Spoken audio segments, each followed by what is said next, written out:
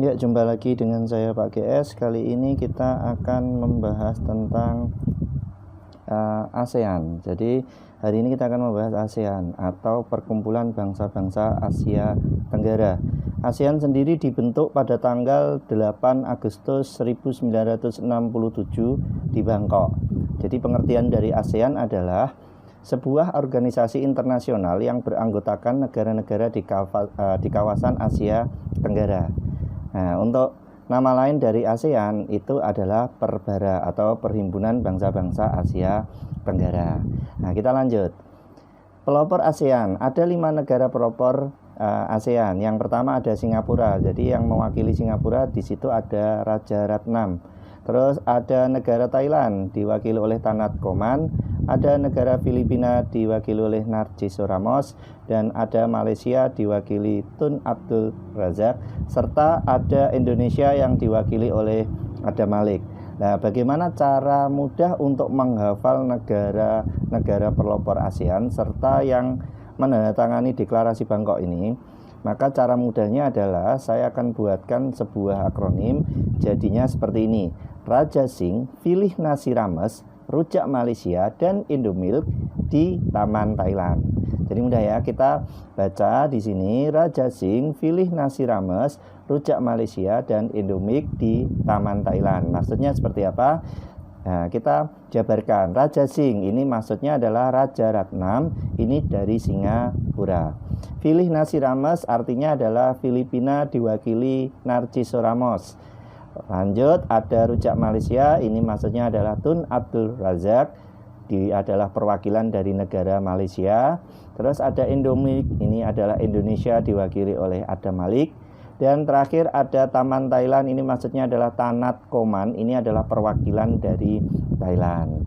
Mudah bukan untuk menghafal pelopor ASEAN? Jadi ada 5 dan tokoh-tokohnya kita bisa hafal dengan cara menghafalkan ini saja. Raja Singh, Pilih Nasi Rames, Rujak Malaysia, dan Indomilk di Taman Thailand. Jadi Raja Singh itu milihnya makan nasi rames, camilannya rujak Malaysia, dan minumnya Indomilk gitu ya, dimakan di Taman Thailand. Nah, kita lanjut lagi. Negara-negara anggota ASEAN. Negara anggota ASEAN itu ada 10, yaitu ada Singapura, ada Thailand, ada Filipina, ada Malaysia, ada Indonesia. Ini 5 negara pelopor tadi ya. Terus ada Vietnam, ada Laos, ada Brunei Darussalam, ada Kamboja, dan ada Myanmar. Nah, seandainya kalian saya suruh untuk menghafalkan 30 detik hafalkan 10 anggota ASEAN. Nah, apakah kalian bisa hafal? Jawabannya mungkin ada yang bisa hafal, ada yang kesulitan. Nah, untuk mempermudah kalian menghafal negara-negara anggota ASEAN bagaimana? Nah, ini Pak GS sudah mempermudah kalian untuk menghafalnya, yaitu saya tulis di sini, Sinta dan Vina main di villa baru kami. Cukup mudah bukan? 10 detik pasti kalian hafal ini. Sinta dan Vina main di villa baru kami. Jadi Sinta dan Vina main di villa baru kami. Maksudnya seperti apa? Di sini Sin ini adalah Singapura. Jadi negara anggota ASEAN ada Singapura, Thailand, terus Vina, Filipina gitu ya. Terus Malaysia, Indonesia. Nah, ini ada kata-kata di villa baru kami ya. Di ini artinya adalah ditambah karena ini 5 ini negara pelopor ya. Kita lanjut V. Nah, V ini adalah Vietnam. Terus kita lanjut lagi ada Laos. Terus ini ada baru, kita ambil kata Bru-nya saja ya. Brunei Darussalam. Terus ada K, Kamboja, Myanmar. Cukup mudah bukan? Jadi menghafal 10 negara ASEAN kita cukup mudah hanya menghafal ini saja. Sinta dan Vina main di villa baru kami. Nah, kita lanjutkan. Ini ada hal-hal penting yang ada di ASEAN. Ini biasanya sering ditanyakan di soal ulangan gitu ya. Jadi saya akan bahas sedikit hal-hal penting apa saja itu. Yang pertama adalah Thailand ini adalah satu-satunya negara anggota ASEAN yang tidak pernah dijajah. Jadi dari 10 negara anggota ASEAN itu Thailand merupakan negara yang tidak pernah dijajah sama sekali. Untuk yang 9-nya pernah dijajah Inggris, pernah dijajah Belanda, tapi Thailand tidak pernah. Terus Makanya Thailand disebut juga dengan tanah merdeka ya. Kita lanjut, yang kedua ada Laos. Laos ini tidak mempunyai wilayah laut. Jadi satu-satunya negara anggota ASEAN yang tidak mempunyai wilayah laut ini Laos. Bahkan Laos disebut dengan the Lock Country atau negara yang tertutup, terkunci karena dia tidak punya wilayah laut. Laos ini diapit oleh negara-negara yang lain. Kita lanjut. Yang sering muncul di soal juga ada kantor sekretariat ASEAN. Ini terletak di Jakarta ya. Kantor sekretariat ASEAN ini ada di Jakarta. Kita lanjut. Nah, ini juga sering muncul juga. Indonesia ini adalah wilayah yang terluas di Asia Tenggara. Dan Singapura adalah wilayah yang terkecil. Jadi negara yang terluas itu adalah Indonesia untuk wilayah Asia Tenggara. Dan yang terkecilnya adalah Singapura. Kita lanjut. Negara yang berbentuk kepulauan di Asia Tenggara ini ada Filipina dan Indonesia. Ini juga sering muncul. Kita lanjut lagi. Negara yang punya sebutan petrodolar itu adalah negara Brunei Darussalam, dan ini adalah negara yang sangat kaya raya gitu ya.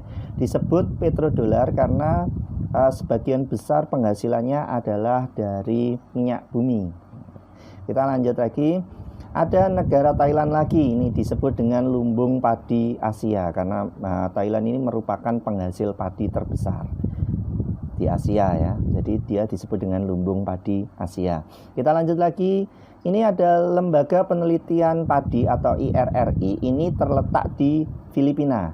Nah, ini ada lagi yang ke-9 ini, sebutan negara Indonesia ini disebut negara agraris. Dari agraris itu adalah karena mata pencahariannya sebagian besar adalah pertanian, jadi disebut dengan negara agraris. Yang kedua, dia disebut dengan negara maritim karena kita wilayahnya banyak ya, lautnya kita sangat luas sehingga kita disebut dengan negara maritim. Terus kita juga disebut dengan negara kepulauan karena kita mempunyai ribuan pulau. Negara kita terdiri dari ribuan pulau sehingga disebut dengan negara kepulauan. Dan kita juga disebut dengan Zamrud Khatulistiwa. Nah, ini disebut dengan Zamrud Khatulistiwa ini karena kita terletak di garis Khatulistiwa. Dan Indonesia ini kalau dilihat dari luar angkasa ini bentuknya hijau kezamrud-zamrutan, jadi kayak zamrud gitu. Nah, makanya disebut dengan Zamrud Khatulistiwa. Nah, kita lanjutkan lagi hal yang penting lainnya, yaitu Myanmar ini disebut dengan tanah emas, bukan tanahnya yang terbuat dari emas ya. Myanmar ini disebut dengan tanah emas karena di sana itu banyak patung-patung Buddha itu ya, dilapisi emas dan lain sebagainya. Nah, jadi di sini kita karena banyaknya kuil-kuil dan lain sebagainya yang berlapis emas, nah maka Myanmar ini disebut juga dengan tanah emas. Nah, itulah hal-hal penting serta anggota-anggota ASEAN dan pelopor ASEAN. Terima kasih. Kita akan bahas lagi ASEAN ini bagaimana bentuk kerjasamanya di pertemuan berikutnya. Tetap bersama saya, Pak GS.